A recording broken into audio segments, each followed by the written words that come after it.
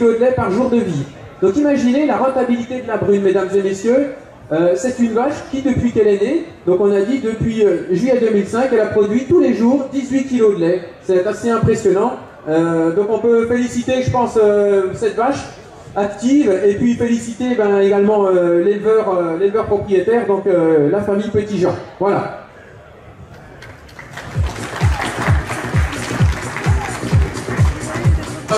Dans la continuité, au moment de la visite, on va vous demander aux éleveurs suivants s'ils sont là. Ils ont été invités de venir nous rejoindre sur le ring, à savoir le GAEC parents, père et fils, ERL qui a fait 100 000 kg de lait, GAEC Champ-Garnier avec deux vaches, alors avec Océane et Régence qui ont fait chacune 100 000 kg de lait, et GAEC Arbois Frères donc avec Sardine, c'est pour ça qu'on le met en boîte, avec Sardine qui a fait, et qui est toujours présente je crois, et qui a fait 100 000 kg de lait.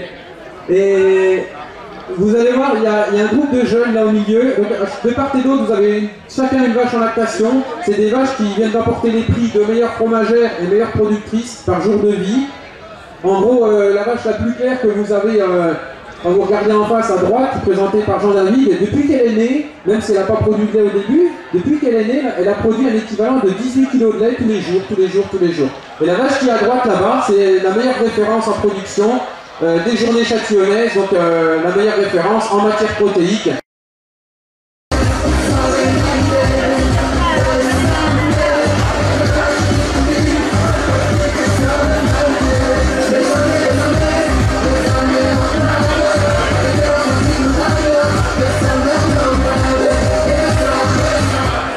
Bon, mesdames et messieurs, bonjour. Bienvenue sur le chapiteau de la race brune pour cette édition 2014.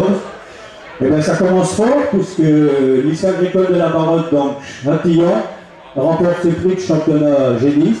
Félicitations donc pour l'élevage du lycée agricole. Ils sont en honneur cette année, ben, c'est un très bon point pour eux. Donc merci à tous les éleveurs d'avoir participé à cette édition 2014, malgré la moisson qui nous pousse un petit peu à laisser notre travail et puis à faire un petit peu de tous les côtés ce qu'on peut. Je voulais également remercier donc, tous les éleveurs qui font l'effort, qui sont venus préparer, qui amènent des animaux pour cette année 2014, un petit peu spéciale. Et puis voilà, maintenant je vais laisser la parole à nos autorités qui sont avec nous. Je les remercie également, pendant que j'ai M. Sauvadet du Conseil Général, qui participe chaque année à toutes nos sorties de la race brune, et elles sont nombreuses tout au long de l'année. Ils nous soutiennent dans nos déplacements. Je remercie également la communauté de communes qui participe également à notre journée, spécialement aujourd'hui pour la vente aux enchères avec la coopérative Brune Expansion. Et puis bien sûr, on félicite et on remercie M. Brigand et son conseil municipal pour tout son dévouement et tout ce qu'il peut nous faire pour cette journée, autant point de vue matériel, personnel, et puis bien sûr le prix de la ville ce soir qui va être remis à l'issue de la vente aux enchères. Et ben, merci encore une fois à tout ce monde. Voilà, de la part des éleveurs de la race brune. Je laisse la parole.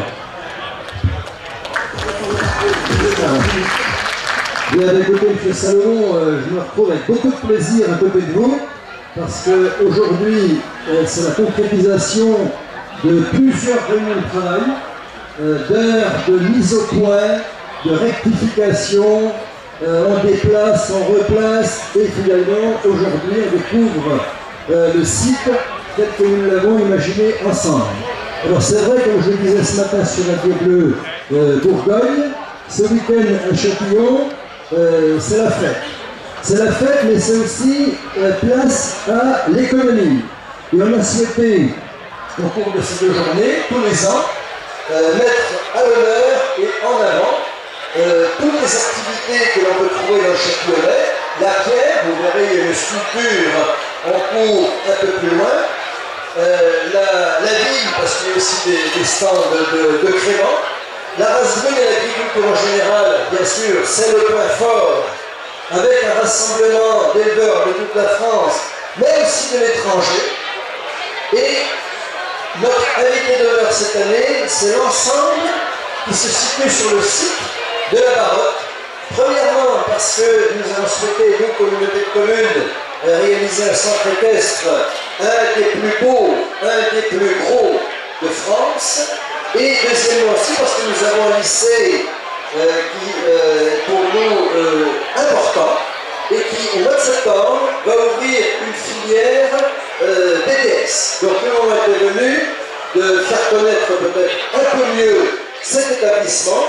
L'objectif étant bien sûr qu'il arrive à trouver le nombre d'élèves suffisant pour remplir les classes. Voilà donc très rapidement résumé ce que sont ces journées châtillonnaises, avec un impact sur l'économie de la ville, un impact au niveau de la restauration, avec un impact au niveau de l'hôtellerie. Vous pourrez d'ailleurs, si vous le souhaitez, manger sur place. Donc plein de points positifs. Donc merci à tous ceux qui nous permettent de mettre sur pied ces 2 journées. Il y a des structures, il y a des filières, il y a des personnes qui passent beaucoup de temps à nos côtés pour faire en sorte que l'accueil pendant ces 2 jours soit de qualité.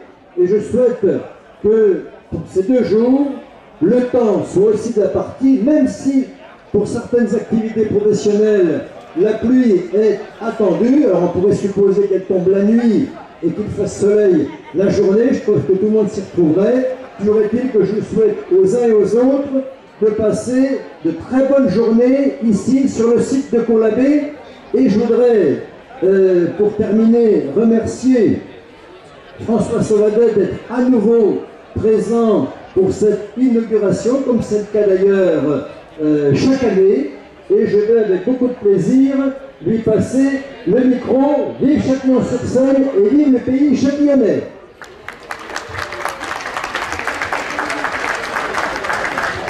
Hubert, il est chaque fois très en forme. Donc d'abord saluer tous les éleveurs qui sont là, parce que c'est un moment important aussi d'abord pour la race brune, puisque elles sont à chaque fois un concours. Avec cette fois, c'est le lycée agricole qui l'a emporté, ce qui montre bien qu'on a un système d'éducation et de formation pour nos futurs éleveurs qui est performant. Je ne dis pas que la brune, c'est le berceau, les gens sont berceau de race Châtillonnais, et puis c'est une race qui s'est développée au plan européen. D'ailleurs, c'était une des premières races à avoir porté un concours qu'on appelle le concours Euro-Brune, les enseignés. Donc on va continuer de nous accompagner évidemment, parce que si on veut que cette race continue d'avoir un déploiement, un développement important, je sais qu'il participe à beaucoup d'initiatives partout en France et en Europe. Donc on continuera, nous, le Conseil général, à vous accompagner, même si les temps sont un peu difficiles. Deuxième chose, les journées châtillonnaises de maire l'a dit, le président de la communauté de communes, c'est un grand rendez-vous économique aussi pour le Châtillonnais. Je veux rappeler ici qu'on a une industrie du bois qui est puissante et qu'on espère voir se développer. On a une industrie de la terre, on a de l'industrie. On était il n'y a pas longtemps à Sainte-Colombe aussi pour voir les nouvelles technologies, notamment pour les câbles qui sont faits ici. Donc on a de vraies chances économiques. Ça se situe dans un contexte qui est particulièrement difficile de ce chute sur l'économie. Nous avons décidé, nous, d'accompagner tous les projets qui peuvent être lancés pour permettre de soutenir les entreprises artisanales, les entreprises aussi du bâtiment et des travaux publics. Et donc nous avons remis cette année un budget supplémentaire de 5 millions d'euros sur nos routes, notamment pour soutenir l'activité, parce qu'on est dans une situation tout de même qui est très préoccupante, qui n'est pas propre à la Côte d'Or, mais qui est propre à tout notre pays. Dernière chose, je voulais vous dire également que nous ne renoncerons pas à tous les grands investissements que l'on fait et nous continuerons d'aider les communes, qui sont un bouffée d'oxygène. Et puis nous avons ici amené pour la première fois le bus numérique, c'est-à-dire dedans vous allez voir tous les nouveaux usages qu'on pourra faire avec Internet à très haut débit. Vous savez qu'il y a des régions, il y a des secteurs dans notre département qui n'ont pas accès aujourd'hui au haut débit. On en a besoin dans tous les métiers, que ce soit pour les déclarations PAC, que ce soit pour le politique agricole commune, que ce soit pour l'accès au marché public dématérialisé, comme on dit, que ce soit dans la vie quotidienne, la surveillance, la médecine. Ici, on peut passer son scanner et être élu en temps direct par des radiologues à Dijon. Donc, on voit bien les enjeux qui sont des enjeux considérables d'économie. Et donc, nous avons décidé d'investir massivement au Conseil général dans le déploiement du très haut débit. Châtillon et le Châtillonnais figurera parmi les priorités de déploiement. On va commencer dès le mois de septembre. Et donc, il y aura la fibre à la maison, ce qu'on appelle le FTTH, qui sera déployé. C'est un investissement de l'ordre de 73 millions d'euros. Donc, c'est la première, monsieur le vice-président du Conseil général, cher Hubert, monsieur le président, c'est la première sortie du bus numérique où nos amis coltoriens pourront venir découvrir tous les nouveaux usages qu'ils pourront avoir accès avec le déploiement du très haut débit. Donc, ce sera une bonne nouvelle pour l'économie. En tout cas, on ne veut pas qu'on soit un département qui décroche parmi ceux qui doivent être au premier rang pour soutenir l'économie et l'emploi, parce que c'est bien ça notre première préoccupation. Et voilà, je remercie tous les organisateurs, je remercie monsieur le vice-président. Dernier mot, il y a un débat actuellement sur l'avenir du parc national. Je me suis battu pour que nous nous situions dans la perspective de voir la reconnaissance de notre terroir et de ses qualités comme un parc national. Il n'y en a que 11 en France. Je sais que ça fait l'objet de débats avec les professionnels. Dans mon esprit, le parc ne doit pas venir entraver un développement économique. Et ça, j'y tiens particulièrement et je serai extrêmement vigilant. Mais dans le même temps, je vous exhorte tous à rechercher les voies de la convergence pour qu'on ne renonce pas à ce que recherche à obtenir comme label un certain nombre de territoires qui sont en concurrence avec nous. Donc nous avons obtenu la démarche, maintenant à nous de la faire vivre. Moi je me tiens à disposition comme président du Conseil général, je dois rencontrer d'ailleurs madame la vice-présidente de la Chambre d'agriculture, les agriculteurs prochainement, qui sont préoccupés pour savoir ce qu'on pourra faire dans quel périmètre. Moi je souhaite que les inquiétudes soient levées. J'en vais rencontrer d'ailleurs très prochainement le nouveau préfet qui va arriver et le préfet coordonnateur. Donc je n'ignore rien des inquiétudes, mais en même temps j'exhorte à ce qu'on trouve les voies d'avenir parce que ce serait quand même dommage qu'on se prive de ce label reconnu au plan international et qui dès lors qu'il est engagé de manière intelligente peut faire venir des milliers de personnes ici, car on sait bien qu'il y a aujourd'hui une aspiration à revenir à des racines, à des valeurs simples, comme on les appelle, mais qui sont des valeurs fondatrices, notamment le retour à la nature. Donc moi j'appelle chacun à la responsabilité. Je serai aux côtés des responsables professionnels, je vous l'ai dit, pour qu'on ne mette pas sous cloche l'économie sur ce secteur qui s'est connu. Je vais veiller, et de grâce, trouvons les voies de l'avenir, un avenir qui passe aussi par des labels, je répète, reconnus au plan international. Donc je suis à votre disposition pour trouver les voies d'équilibre et je mettrai tous les services du Conseil général à votre disposition pour qu'on avance et que l'État ne nous impose pas une vision qui ne serait pas conforme avec ce que nous souhaitons pour le développement économique du territoire. Donc voilà, ma position est claire, elle est connue, elle est exprimée. En tout cas, je forme des vœux pour que cette journée soit un grand succès pour Châtillon. Châtillon est une belle ville, c'est un bel exemple aussi de vitalité dans le département. C'est la raison pour laquelle je tenais aussi à être à tes côtés, cher Hubert, à tes côtés aussi dans tous les conseils généraux.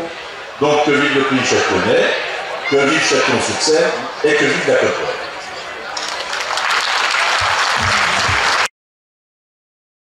Avant l'affluence, nous allons nous rendre sous les chapiteaux, où sont installés les industriels.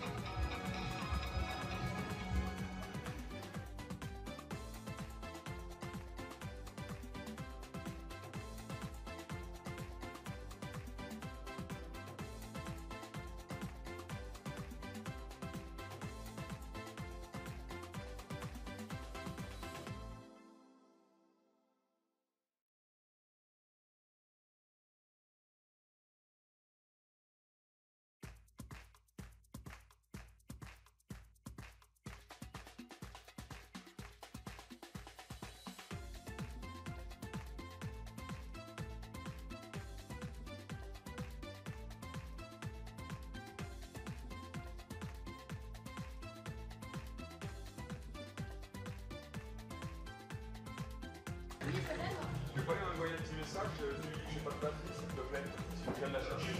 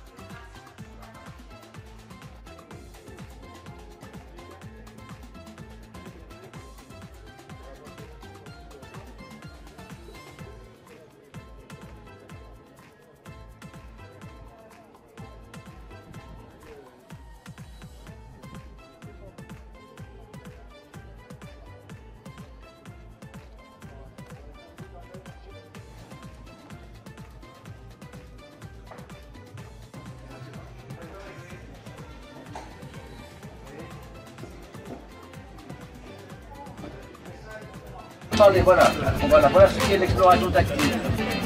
Et puis, alors si vous voulez acheter de ces gravures, elles sont en vente, elles sont pas chères, elles sont très belles, elles sont particulièrement décoratives. Et les originaux se trouvent au musée. Raison de plus pour aller au musée.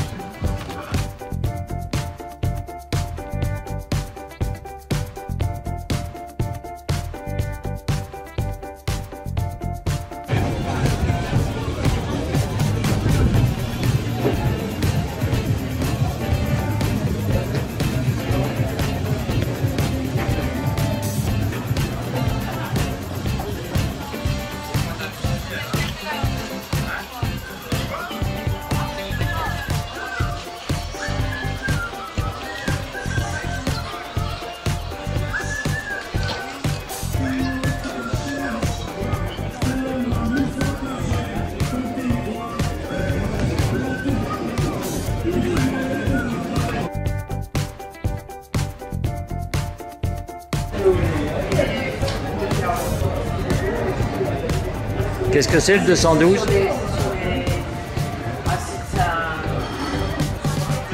Le marqueur a pavé, je crois, l'éleveur qui appartient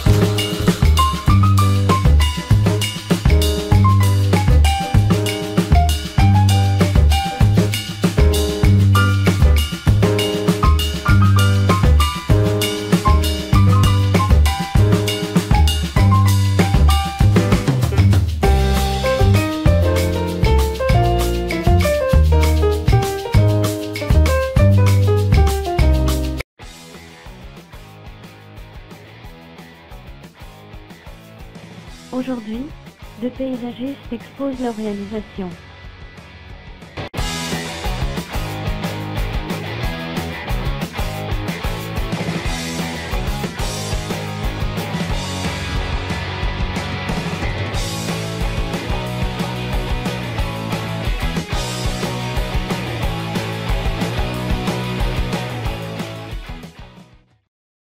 Ces stands vont accueillir de nombreux visiteurs.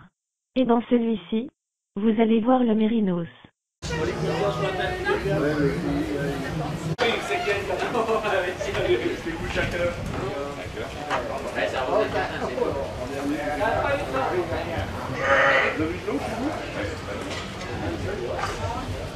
y a toujours des séduits parce que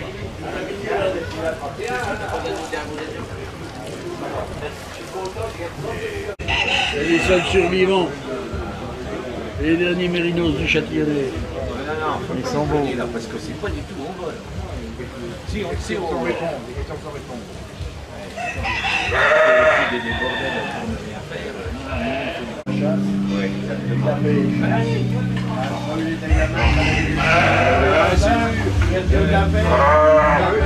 exactement. Exactement. Et puis les gars qui venaient là, quand les hommes étaient à la période comme ça, Bah la tête, exactement.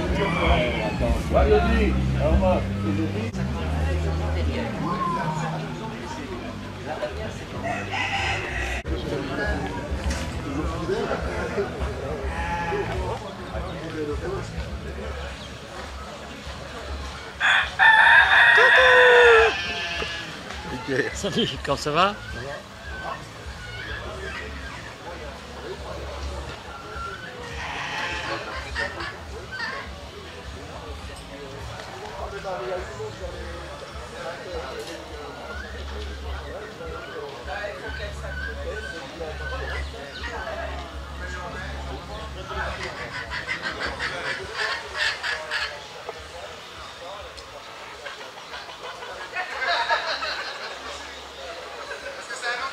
L'avantage sur la troisième au niveau de sa stature, également une ligne de dos plus rectitude, plus solide dans son dessus, mais également des membres bien positionnés par rapport à la génisse puissante en troisième position. Enfin la troisième par rapport à la quatrième. Elle s'appelle Hauteur, c'est une fille de Dali sur Janvier, elle nous vient du GAEC de la Perrière à Laigne en Côte d'Or.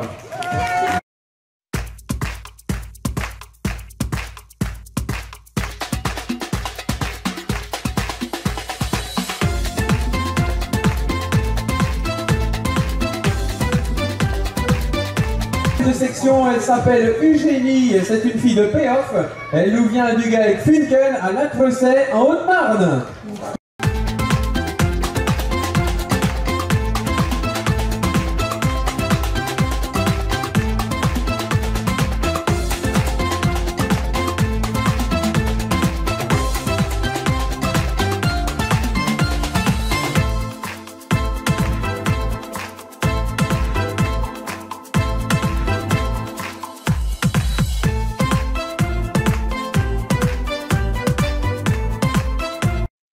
Toute la journée, sous ce chapiteau, les éleveurs et leurs vaches ont été à l'honneur. Les enfants s'entraînent pour être à leur tour, dans quelques années sur le podium.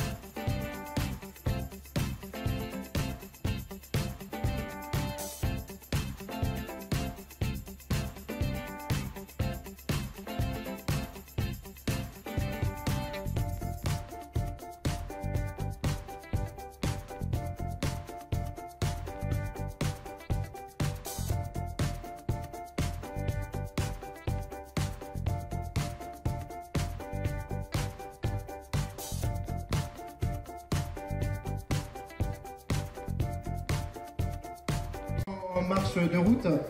Juste pour expliquer brièvement les points sur lesquels on recherche au niveau de la présentation. Donc il y a l'entrée du ring. L'entrée du ring, à chaque fois, donc on essaie de rentrer marche avant avec son animal. On demande à ce que le licol déjà soit bien ajusté à la tête de l'animal, et que la chaînette soit bien mise également. On peut voir le bout de chaînette, il ne faut pas qu'il soit à l'extérieur pour ne pas faire mal à sa génisse. On voit qu'il y a quelques petites erreurs de part et d'autre qui peuvent se trouver. Donc ça, c'est des petits points qu'on pénalise. Les autres aspects, c'est au moins la maîtrise de son animal également. On regarde à ce que le présentateur soit le plus discret, qu'il mette mieux au maximum en valeur sa génisse et qu'il soit très attentif au juge. J'imagine que le public, lorsque j'ai appelé justement à la rangée les jeunes, il y en a certains qui n'ont pas vu que je les ai appelés parce qu'ils étaient ailleurs à regarder le public, donc ils ont perdu une place. Donc ça, c'est sanctionné. On regarde également, lorsqu'on demande à ce que les animaux soient arrêtés, à ce qu'il y ait un positionnement des animaux qui est demandé, c'est que du côté du juge, la patte du côté du juge pour une génisse doit être à l'arrière. Et lorsqu'on passe de l'autre côté, il faut de nouveau avancer pour que toujours la patte du côté du juge soit à l'arrière. Comme, j'irais, une fois qu'elles sont positionnées, l'animal qui se situe donc en première ligne doit logiquement avoir la patte du côté extérieur à l'arrière et l'autre avancée. On dit tout à l'heure, et donc on va en profiter pour faire un petit commentaire rapide pour les autres participants, pour leur expliquer ce qui a été ou ce qui n'a pas été. Voilà.